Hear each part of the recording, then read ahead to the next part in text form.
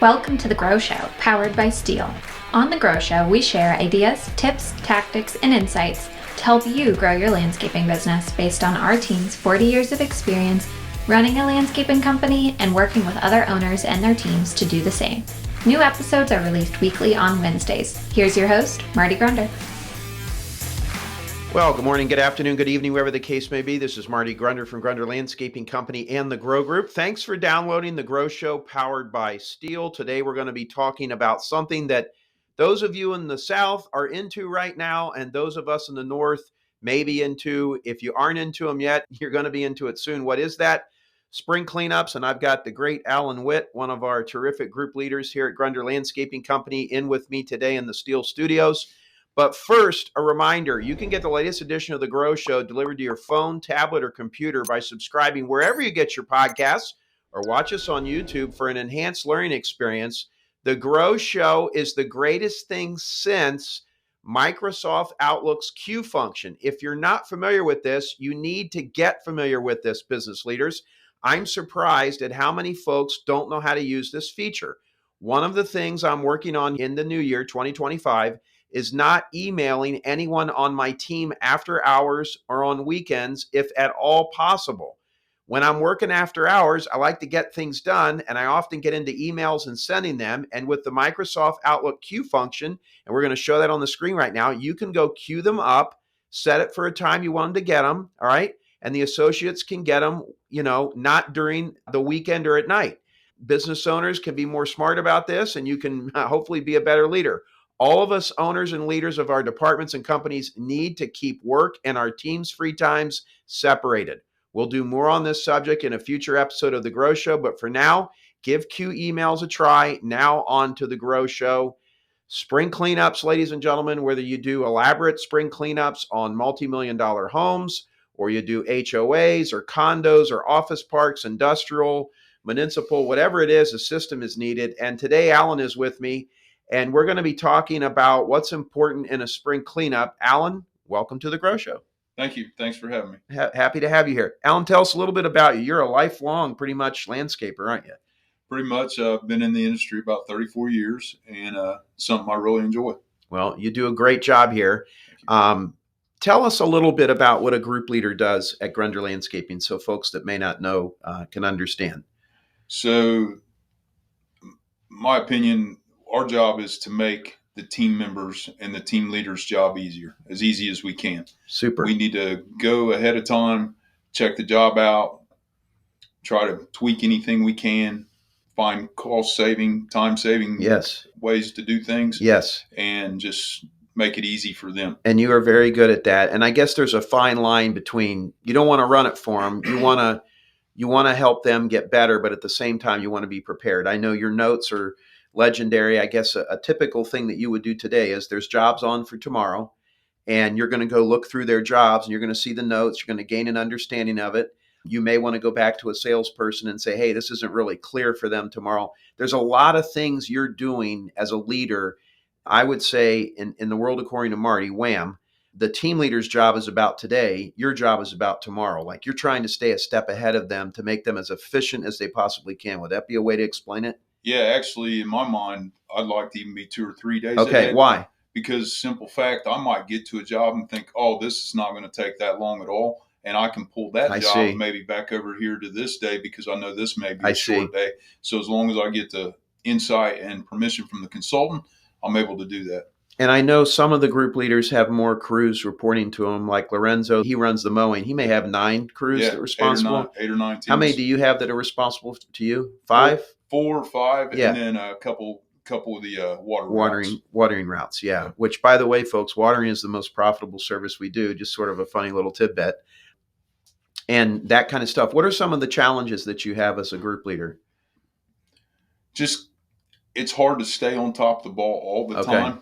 Just for the simple fact, there's so much going on here, and our workload is a lot, which is a good thing. Yeah, Don't get me wrong. Right. I'd always rather be busy than looking for it. We've grown a lot. We have grown tremendously since I've started. I know, and it's amazing. And in fact, I think the first year you were here, we grew last year by more revenue than the entire first year you were here. To kind of give into context for the growth.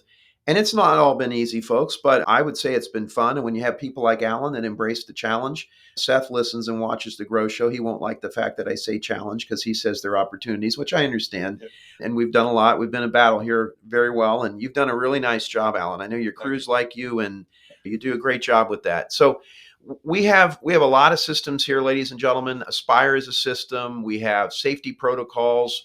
We have a system for a spring cleanup. Why do we have a system for a spring cleanup? What in your mind is the reason for that? Well, I think if we don't have some kind of system available, it's going to get into our efficiency. Yeah. So if we have the system available, we're able to follow a system pretty much, not to a T every job. Right. Every job's different, but it keeps us within the boundary so we stay efficient. Yeah. And I think the system yields better quality results. For sure. The training, if we're going to try to scale, I mean, on a typical day now with the opening of our Cincinnati office, we could have a crew almost 100 miles apart now working. Yeah. And there has to be some similarity. It can't be, this crew wants to do their edges and things this way and another crew wants to do another way. I don't think we are so rigid that we don't let our people freelance a little bit, but the basic parts of a cleanup, that's got to be the same on every property, right? Correct. So when we think about doing a spring cleanup, and again, whether you're in Florida, Texas, California, Arizona, Topeka, Kansas, Dayton, Ohio, Bangor, Maine, wherever you are, there's elements of a spring cleanup. So when you think about a spring cleanup, which we're getting ready to get them started here, yep. What is part of our spring cleanup system? Go through it a little bit. Well, so again, I would want to try to see the job ahead of time. All right. Just in case there's anything out of sorts or something with the property that's a little awkward. And then, when we show up, we have a game plan. So one guy will start cleaning and edging, getting the weeds out of the bed. Another team member will start trimming probably. Okay. And then the other team member will start cleaning up behind those guys. So we kind of try to start from point A in my mind and go all the way through and clean one time. Okay. Then we'll put our pre-emergent things down, fertilizers, and then we'll start mulching. Okay. Who is responsible for what? Is the team leader only doing the edging, or does everybody kind of do everything?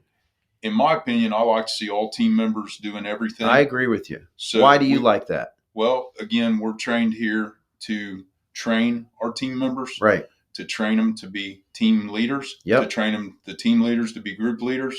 So we train from within and we build from within. So we need to constantly have a well-rounded team member that can do anything. Yeah, because there's a time when the team leader has a wedding to go to, or they're sick or whatever, and the number 2 guy has to come in. Yeah. Sometimes you have to patch a crew together to try to stay on target. And a big part of our growth has been some of these younger folks that we've had. Our mission statement talks about creating opportunities, and we've grown a lot. I mean, there's tons of people now running a crew that last year were on a crew. Correct. Yeah. Yep. On the spring cleanup and Aspire, let's go back to the spring cleanup. I think I missed a point. What are some like do's and don'ts on spring cleanups? Like when you see another crew working for another company, or, all of our followers here on the Grow Show powered by Steel, they're landscapers. What are some do's and don'ts with cleanups? Do's, we always want to do a good job. We always want to be efficient. Sounds stupid, but why do a good job? Why efficient? It sells the next job. It does. And I think sometimes we overlook that, don't we? Yeah. And, with cameras and everything else, you're always being watched. Right. And it's not that hard to impress, is it?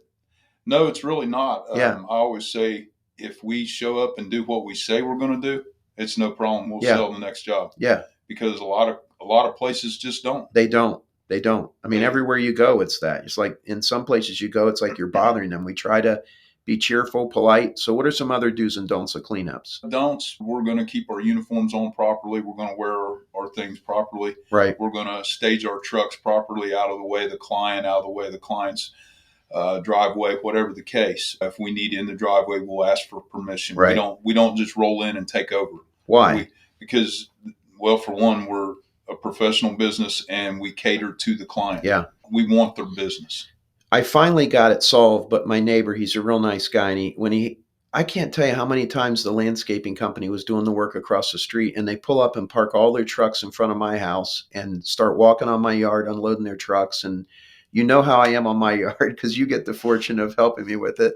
But it's like, why are you doing that? You're not working at my property. Right. And I think the unintended consequence of being sloppy with those kind of details are you're not endearing yourself to the neighbor who could be a client. And you and I both know the value of route density and efficiency. Maybe next year you set up shop on the cul-de-sac and you do all 4 houses at once. Correct. All right. By being the nice person there working that's being considerate. Are there any more do's and don'ts of spring cleanups? Just doing a good job, being pleasant with the client, making sure the client is aware and that we are aware of anything they want special done. Okay. The team leader needs to knock on the door, introduce himself, let them know what the plan is for the day. It could be even a multi-day cleanup. Sometimes there are large cleanups that we do, and it might be multi-day or a single day. But let them know that we're there, and if there's anything they need done, want done, just let us know. Yeah. Can you tell me a little bit about the training that we will go through? Because I think we take some time to, even though we've done cleanups for years, and we have some team leaders have been here 10, 20, 25 plus years, we still do training on that. What does that training look like? It's just kind of a overview. Like a refresher? Yeah. Like a quick crash course, kind of a wake-up course, I would say. Okay. Get the wheels turning in your mind again. We're shifting gears from wintertime and snow removal and probably not quite the fast pace that we run at all the time. To, hey, guys, we're gearing up. We got to get rolling. These are things that we got to be looking for. We got to be checking the window wells, making sure we're getting the leaves out. Any debris that's blown in there over the winter, we want to be getting that. We're going to pick the mat up. We're going to blow underneath the mat. I see. We're cleaning the front porch off. But, let's lift the mat up and clean underneath it. Yep. Things like that. The training, if I remember right, there's a handout, and typically one's in English and one's in Spanish. Can you talk a little bit about why we do that and how that works? So again, we just want everybody to be on the same page. The Hispanic guys, we try to get it in a translated form that they understand and that it flows better for them. Yep. It doesn't always work that way, but we try. And I think they get the point. So then when we're talking about it, number 8, ocho, they get what number 8 is. They're reading it, and then we actually do it and display it. How tough has it been for you to interact with our H-2B workers from Mexico and I think, is it El Salvador? Yeah.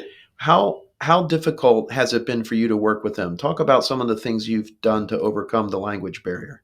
Personally, I use Google Translate on my phone. Okay. Things like that. Yep.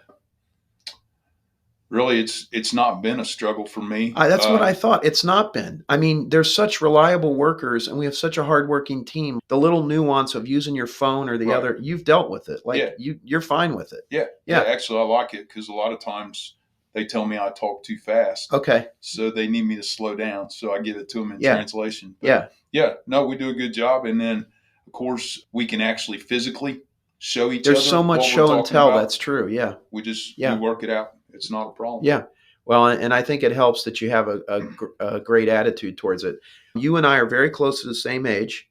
When you came here, we have this wonderful piece of technology called Aspire that we run our business with, this enterprise system. Tell me what you think of Aspire, and does it help you or is it a pain in your butt? I do not pride myself being tech savvy. Right. That's just not what I'm interested in. So it is a very, very, very useful tool. Yeah.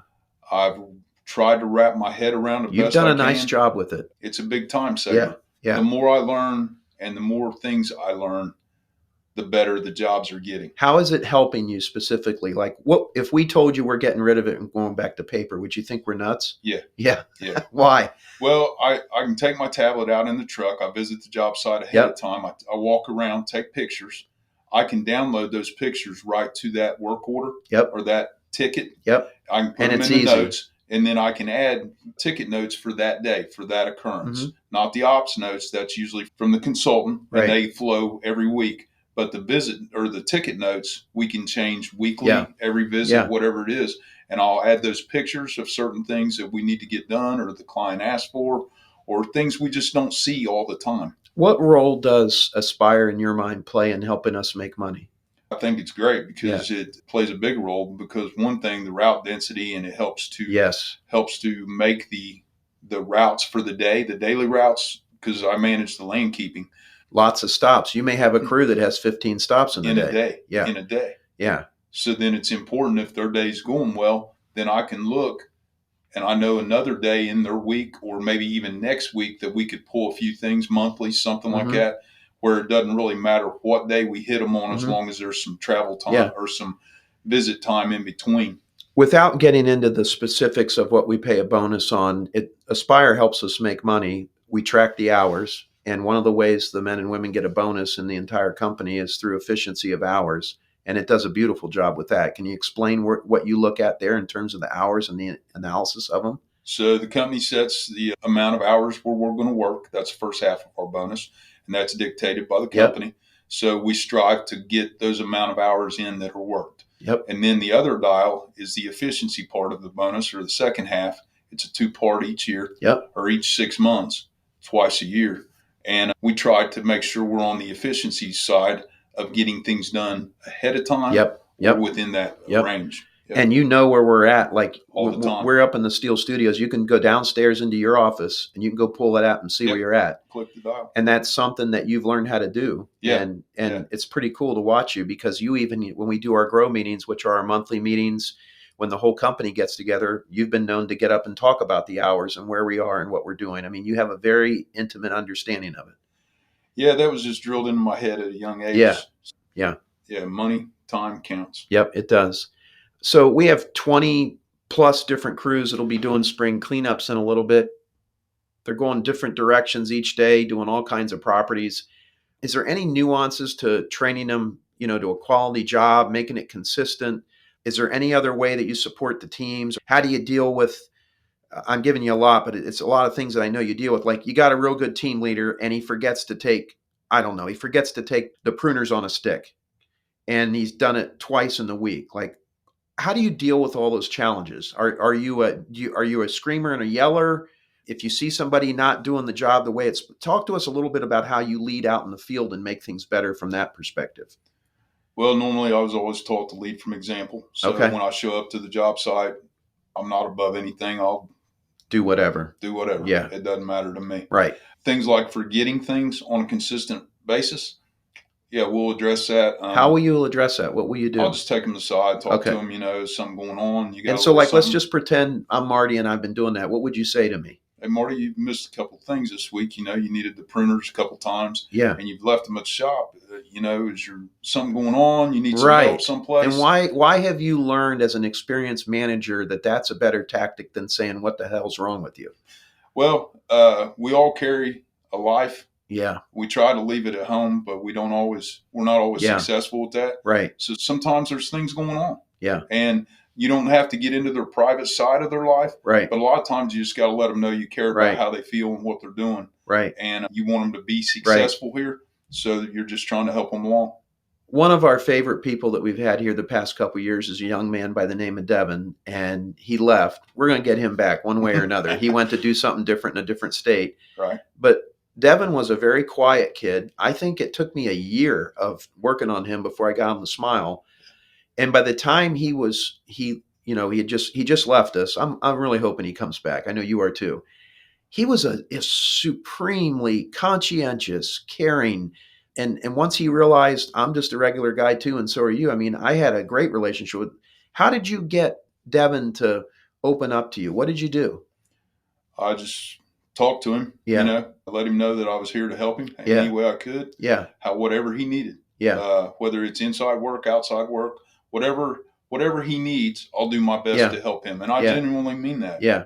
He was amazing. I know I have robotic mowers at my house that like to, burp, and he would go out to my house to water.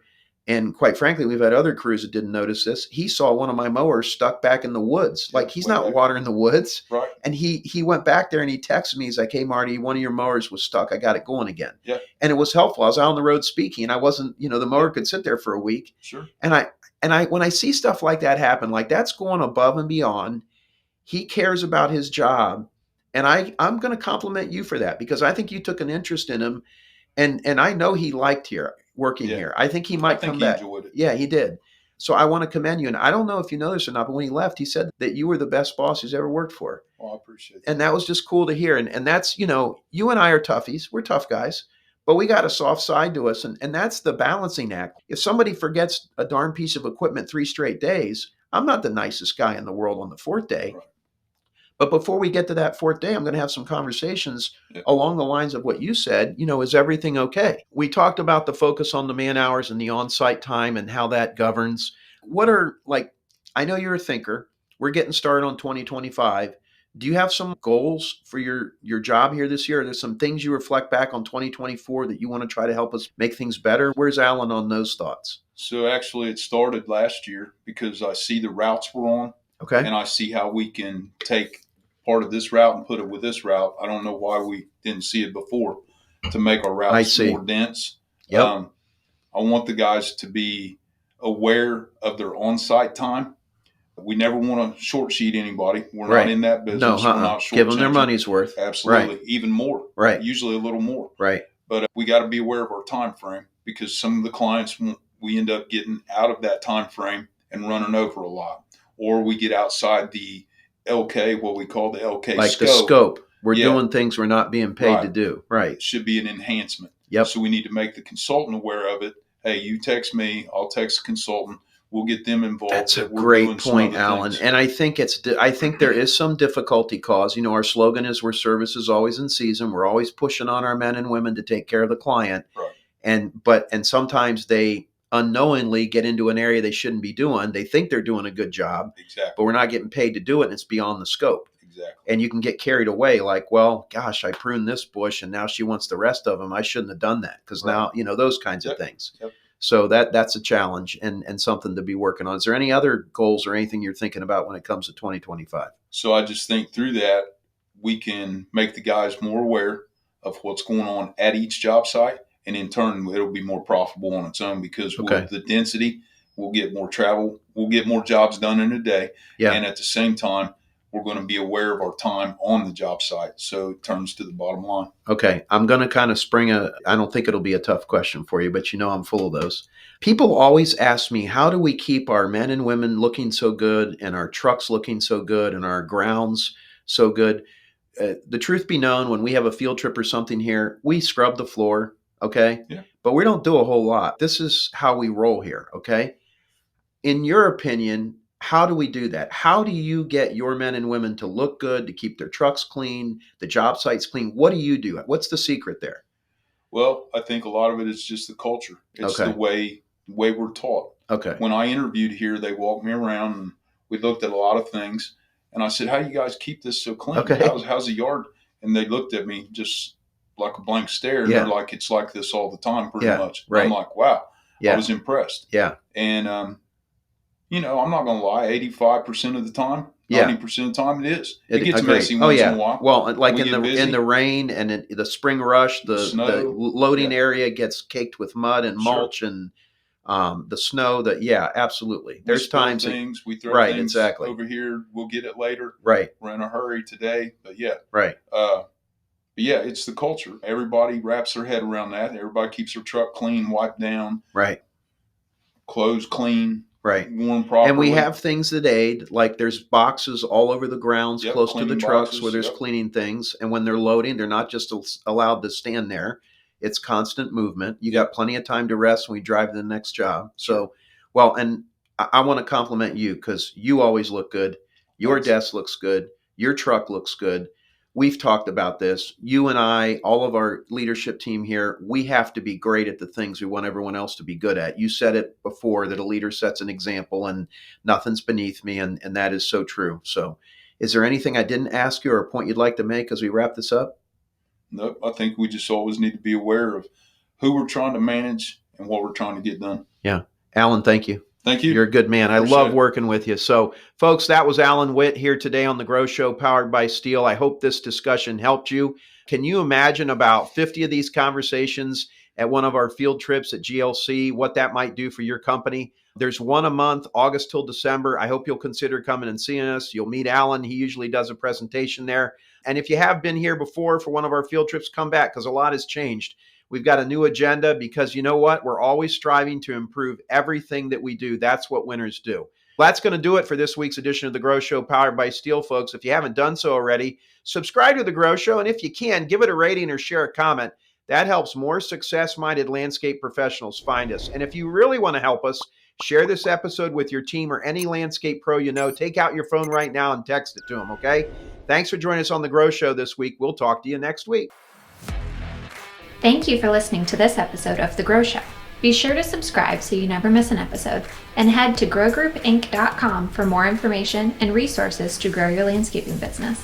A special thanks to the folks at Stihl, whose support makes this podcast possible and whose reliable handheld power equipment makes our jobs easier daily. We'll talk to you next week.